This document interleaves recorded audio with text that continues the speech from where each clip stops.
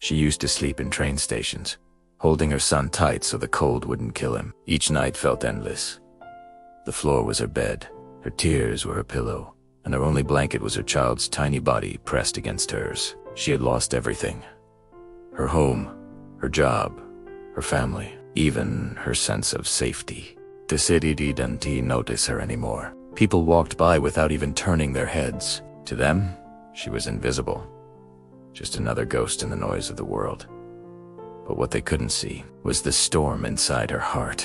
Because inside that fragile, exhausted woman lived something unbreakable. A will that refused to die. There were days when hunger twisted her stomach. Nights when fear whispered that she'd never escape. Mornings when she thought she couldn't take another step. But every time the world pushed her down, she got up again. Slower, weaker maybe, but never defeated. Each dawn, she'd whisper to herself, "Not today. I won't give up today." With swollen eyes and trembling hands, she'd collect bottles, newspapers, or whatever she could find to sell. Every coin she earned was a piece of her dream, a dream of giving her son the life she never had. Sometimes, while he slept wrapped in her arms, she'd look up at the ceiling of that cold, dirty station and whisper, "One day, we'll leave this place. One day, my son will be proud of me." But dreams were expensive, and the world was cruel. The rain soaked through her clothes, the cold pierced her bones, and still, she kept going. People laughed at her when she talked about starting a small business one day. They said, "You can't even afford a roof.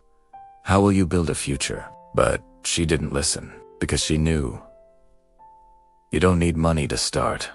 You need heart.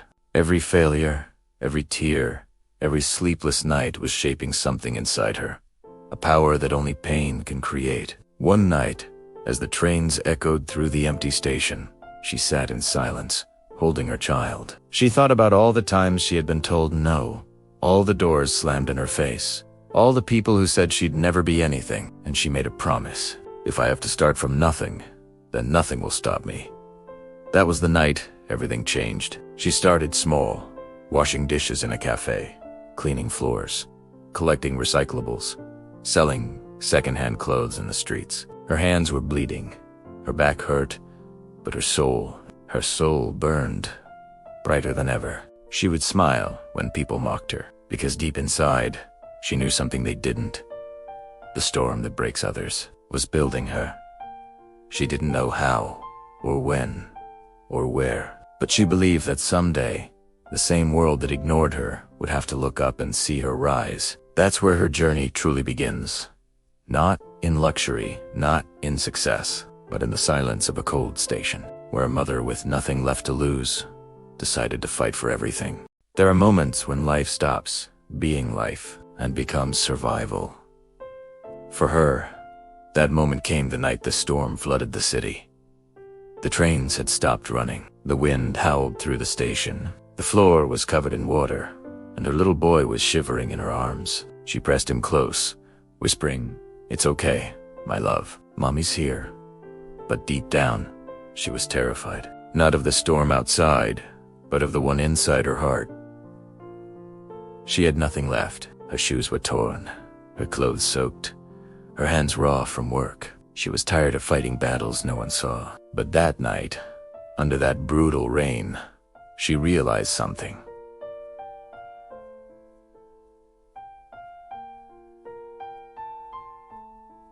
The world wasn't going to save her.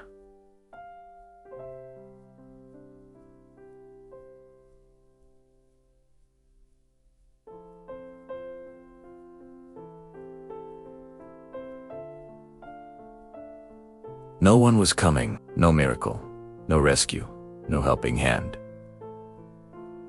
It was her against everything. That night, she looked at her reflection in a puddle. A reflection she barely recognized. Her face was pale, her eyes swollen, her hair a mess. But then, she saw it. Behind all that pain, there was still fire. A spark that refused to die. And that's when she decided, if no one opens a door for me, I'll build my own. The next morning, with the sun barely rising, she wrapped her son in an old jacket and walked through the streets looking for work. Nobody hired her. They said she didn't have experience. That said, didn't she look presentable? That she was too young, too poor, too desperate. She smiled, because she knew desperation is a kind of power. So she started again from the bottom, cleaning windows, scrubbing floors, carrying boxers twice her size. Every single coin she saved went to her dream. She didn't even know exactly what that dream looked like yet, but she knew it existed.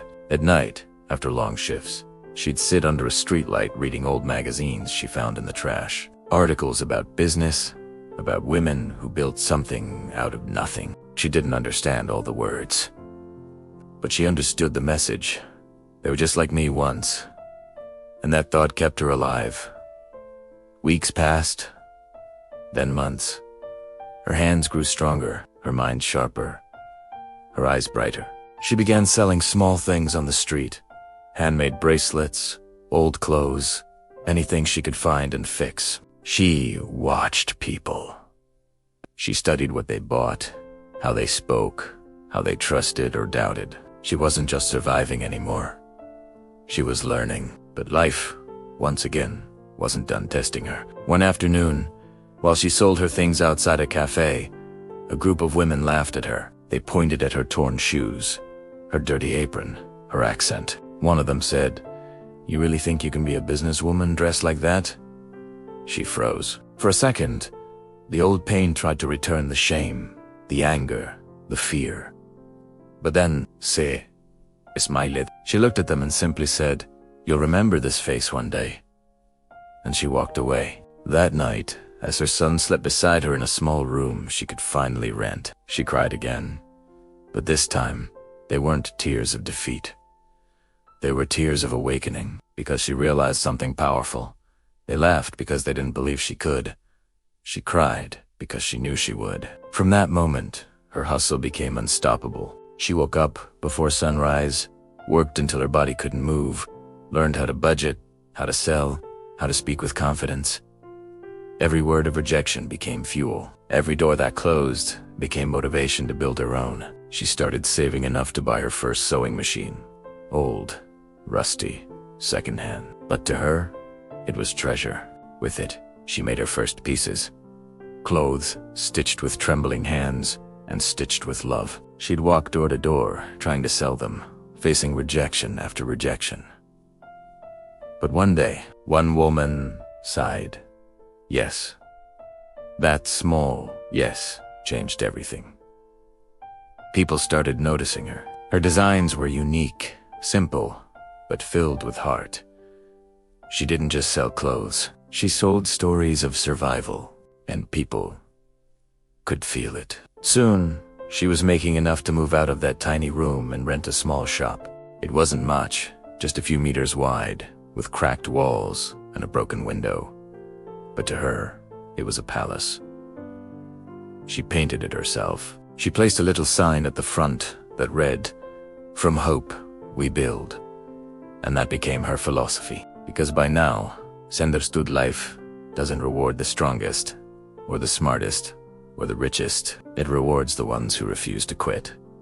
And she was done quitting. That little shop became her sanctuary. Her son would do his homework in the corner while she worked through the night, sewing until her fingers bled. Sometimes, she'd stop and just stare at him, smiling through her exhaustion. She whispered to herself, "This is only the beginning. The beginning of something the world would one day call impossible." There comes a moment in every story where destiny stops waiting and begins knocking.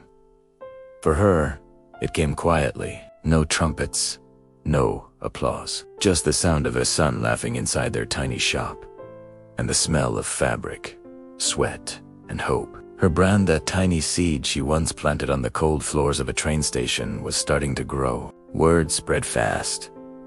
People didn't just buy her clothes, they bought her strength. They didn't see a businesswoman, they saw a survivor. Soon, more people came.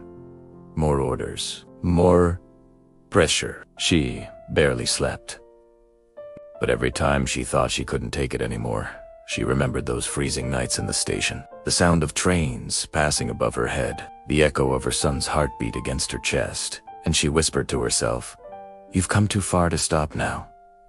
Months turned into years. The shop expanded. She hired other women, single mothers, just like air women who had been told they'd never amount to anything. She didn't just give them jobs, she gave them dignity. And soon, her name started appearing in local newspapers. The woman who built an empire from nothing. People were fascinated.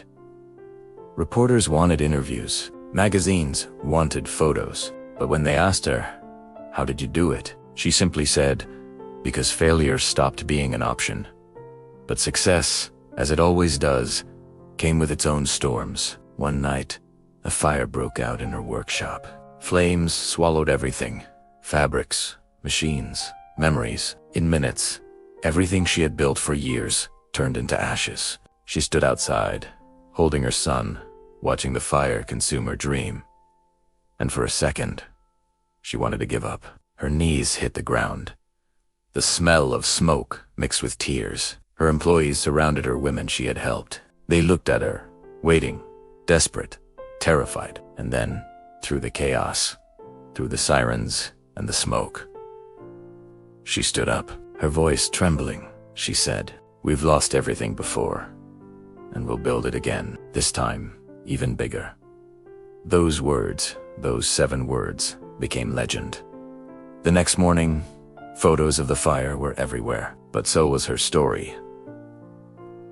Donations started coming in. Investors reached out. People didn't want to see her fail. They wanted to see her rise again. Within weeks, she reopened. Not in the same place, but in a larger space. Brighter, stronger. She named it Phoenix House. Because like the mythical bird, she had burned, only to rise again, even more powerful. Her brand exploded across social media. Her message from hope, "We build," spread like wildfire. She was invited to speak at conferences, to tell her story to other women. And every time she stood on that stage, she didn't speak with pride. She spoke with tears. She told them about the nights she went hungry, the laughter of strangers, the fire, the pain. And then she said, "If you're breathing, you're not done yet." That single phrase became the heartbeat of her movement. She launched foundations to help single mothers start small businesses. She trained them, supported them, funded them. And one day, one of the women she had helped whispered, "You changed my life." She smiled and replied softly, "No, you just needed someone to remind you who you were." Years later, her empire stood tall, a chain of stores, workshops, schools. Her name became synonymous with resilience. But she never changed. She still visited the train stations. She still left hot food on benches for those sleeping there. She never forgot what cold nights felt like. Then came the day when her son, now grown, stood beside her as she cut the ribbon of her newest building. The biggest one yet. The cameras flashed. Reporters shouted her name. But she looked only at him. He held her hand and whispered, "Mom, we made Italiano." And for the first time in decades, she let herself cry, not from pain, but from peace, because now she understood. Every tear, every wound, every night of hunger had been worth it. All those storms didn't destroy her. They sculpted her. She wasn't the same woman who once slept on train benches. She was living proof that sometimes the universe breaks you, just to see what you're made of. And as she looked up at the sky, she whispered, "Thank you, God, for the cold, because it taught me how to create warmth."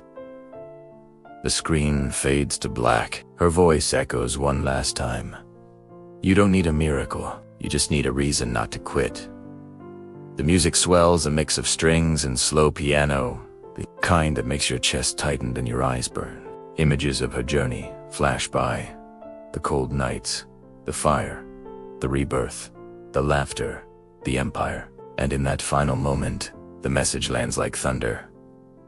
She slept hugging her son so the cold wouldn't kill him. Today, the world hugs her for what she built. Fade out. Silence. Just the sound of the wind and the heartbeat of hope.